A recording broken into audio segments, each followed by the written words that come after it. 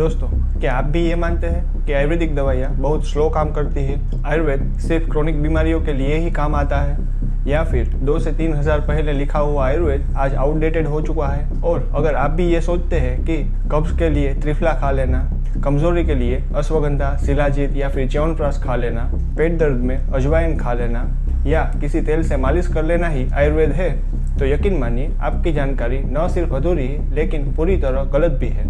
इस वीडियो में मैं आपको बताऊंगा आयुर्वेद से जुड़े सबसे बड़े मिथ्स और साथ ही उसकी टाइमलेस ग्रेटनेस, जो आज भी उतनी ही पावरफुल है जितनी हजारों साल पहले थी। दोस्तों, कहने को तो आधुनिक विज्ञान ने बहुत तरक्की कर ली है। Blood reports, MRI, CT scan जैसे diagnostic tools, emergency management, anaesthesia और सर्जरी, इन सब में सचमुच में कमाल की प्रगति हुई है। लेकिन जब बात आती है चिकित्सा की, यानी कि बीमारी को पूरी तरह से ठीक करने की, तो आज भी कई सारे रोग ऐसे हैं जिनका परमानेंट क्योर मॉडर्न मेडिसिन के पास नहीं है, जैसे कि रूमेटॉइड आर्थराइटिस और सोरियासिस जैसे auto immune disease, allergic rhinitis जैसे एलर्जिक डिजीजेस, ऑस्टियोआर्थराइटिस जैसे डीजनरेटिव डिजीज, कोविड-19 जैसे viral infections, obesity, fatty liver और हाइपरटेंशन जैसे लाइफस्टाइल डिसऑर्डर्स। और दोस्तों, ये लिस्ट यहाँ खत्म नहीं होती। ऐसे अनगिनत रोग हैं जिनका स्थायी इलाज आज भी मॉडर्न मेडिसिन के पास नहीं है। दोस्तों, अगर आपको एलर्जिक राइनाइटिस या फिर ऑस्टियोआर्थराइटिस है, तो जब तक आपकी मॉडर्न मेडिसिन चलती रहेगी तब तक आपको लगेगा कि फ़ायदा है, लेकिन जैसे ही दवाई छोड़ी, लक्षण वैसे ही वापस आ जाते हैं। यानी बीमारी तो ठीक होती ही नहीं और ऊपर से साइड इफेक्ट का बोनस आपको फ्री में मिल जाता है। और यहाँ तक कि एसिडिटी जैसी साधारण दिखने वाली बीमारी का भी कोई परमानेंट सॉल्यूशन मॉडर्न मेडिसिन के पास आज भी नहीं है, जबकि आयुर्वेद में हर रोग का सिर्फ परमानेंट सॉल्यूशन ही बताया गया है।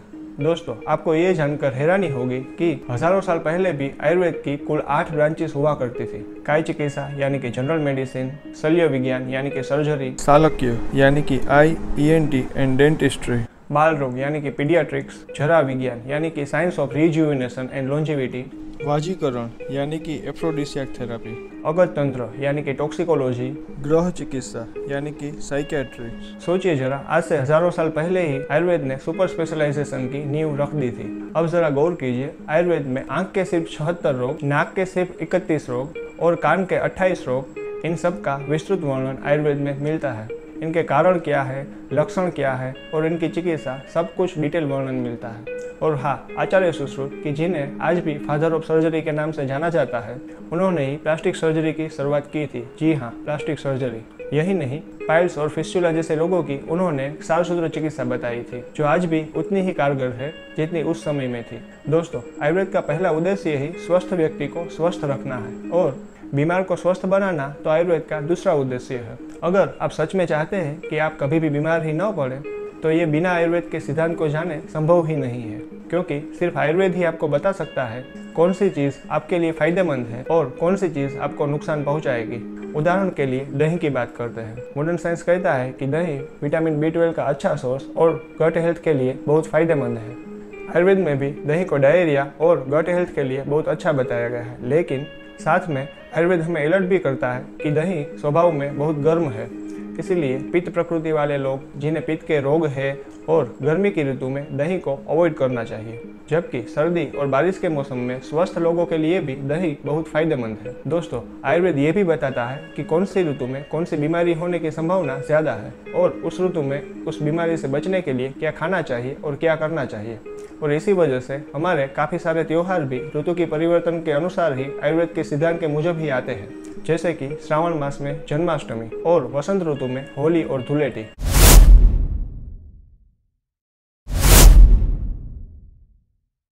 दोस्तों, ये बात सही भी है और झूठ भी।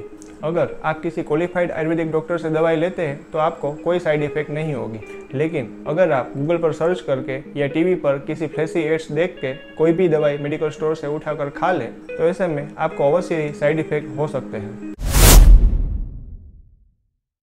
दोस्तों, आपने काफ़ी सारी वीडियो में देखा होगा जहां कहा जाता है कि किसी भी तरह का कैंसर आयुर्वेदिक इलाज से 100% ठीक हो सकता है, लेकिन सच क्या है?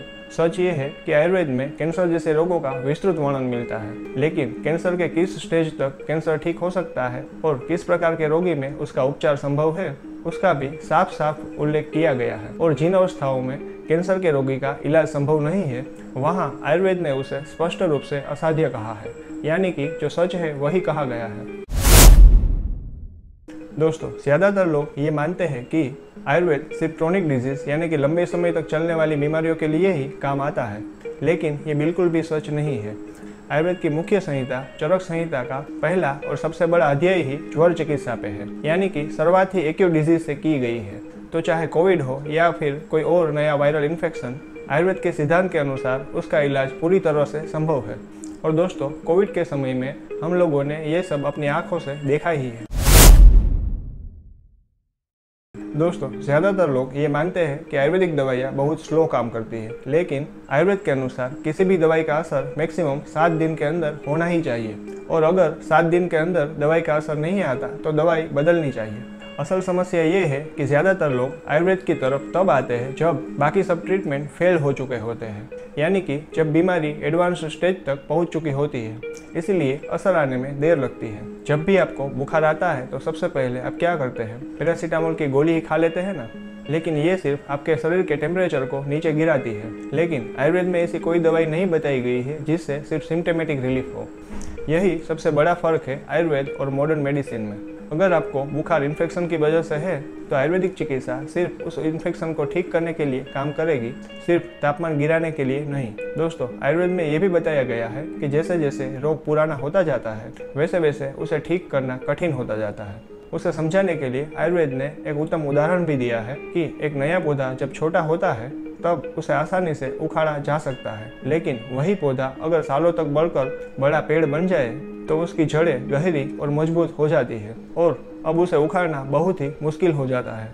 वैसे ही रोग अगर शुरुआती अवस्था में हो तो आयुर्वेद से बहुत ही जल्द ठीक हो सकता है, लेकिन वही रोग अगर क्रोनिक हो जाए तो फिर उसे जड़ से मिटाने में समय और कठिनाई बढ़ जाती है।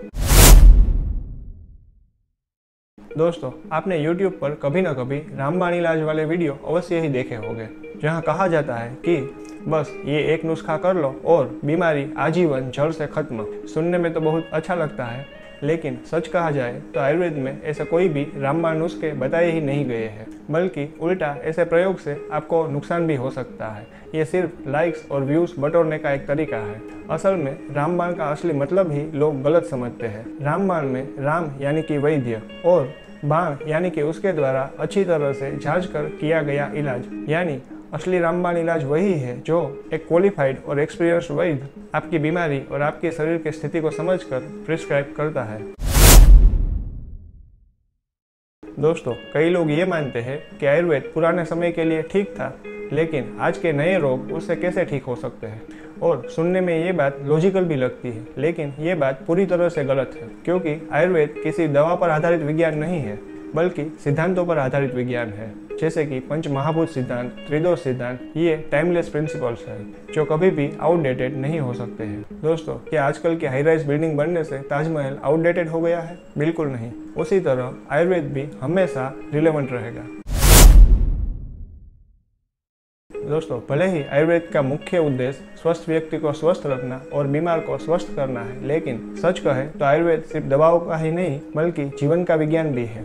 ये हमें सिखाता है कि जीवन कैसे जीना है, हमारा व्यवहार कैसा होना चाहिए और सबसे ज़रूरी क्या नहीं करना है। आज भी मॉडर्न मेडिसिन काफ़ी सारे सवालों के जवाब ढूंढ रहा है, जैसे कि गर्भ में जीव का प्रवेश कब और कैसे होता है, पुनर्जन्म होता है या नहीं, ल्यूकोडर्मा जैसे कुछ रोग क्यों सभी तरह का इलाज कराने के बाद भी ठीक नहीं होते हैं। दोस्तों, इन सब के स्पष्ट उत्तर आयुर्वेद में पहले से ही मौजूद है। तो दोस्तों, आयुर्वेद के बारे में कोई कुछ भी कहे, लेकिन सच्चाई यही है कि स्वस्थ रहने का सबसे सरल और प्राकृतिक मार्ग आयुर्वेद ही है। इसलिए आज से ही आयुर्वेद अपनाइए और खुद भी स्वस्थ रहिए और परिवार को भी स्वस्थ रखिए।